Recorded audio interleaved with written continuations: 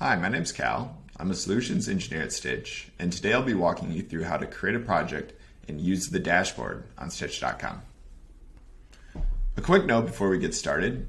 I'm filming this video in May of 2023, and since Stytch is always making updates to our site and to our dashboard, your experience might look a little different from the one I present in this video.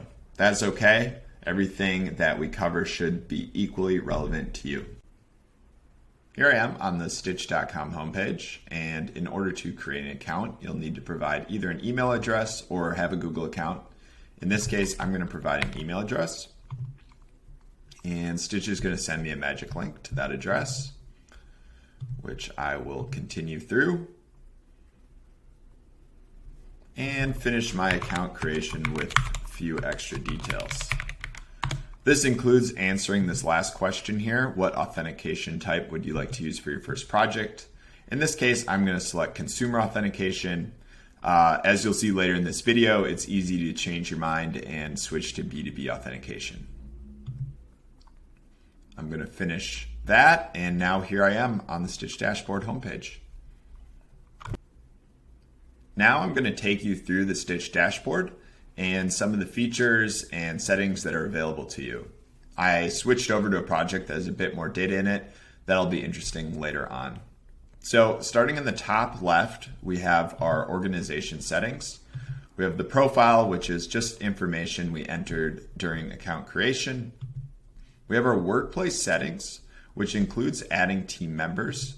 We can invite a new team member via email address, give them a role, and they're sent an invite email, which they're able to accept and be a part of your workspace.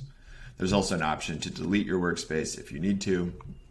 The final things that exist on the workplace settings are your pricing, if you're interested in moving up to a paid tier, as well as invoice information, so adding a credit card as well as past invoices for your account.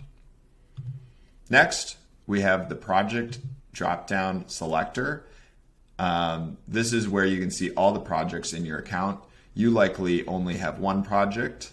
The very first project you get is called My First Project, but at the very bottom, you're given the option to create new projects. I'm going to create one here.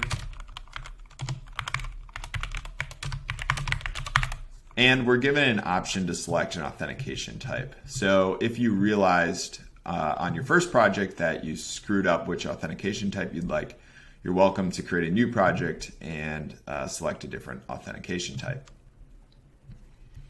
I'm going to switch back to the project I was in earlier. The next thing we have are event logs. Event logs are all the context logs that your Stytch project is producing. You can search for them. We have a retention over the past 30 days. And you're able to do various debugging, look at errors, look across both your test and your live environment. Next, we have the user management table.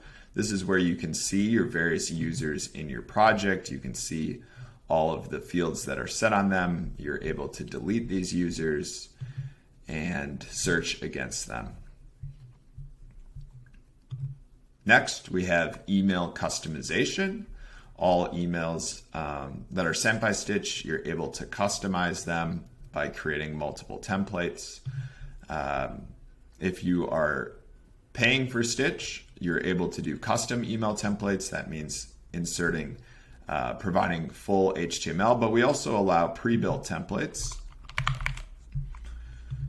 that has a more limited set of customization options. I recommend playing around with this if you're using a product like email magic links, invites, or password resets. And then we have our various project configuration settings. We have redirect URLs, we have reCAPTCHA, we have our various OAuth setups, we have our API keys, which are important. We have custom claim templates. We have the front-end SDK permissions. Finally, we have project settings, which includes being able to change your project name. It lists your authentication type, and you're able to set project level permissions for the teammates that you have invited into your workspace. So that is a quick overview of the Stytch dashboard. Check out our doc to learn more about all these different configurations and customizations. And if you still have questions, reach out to our support team and we're happy to help you. Thanks.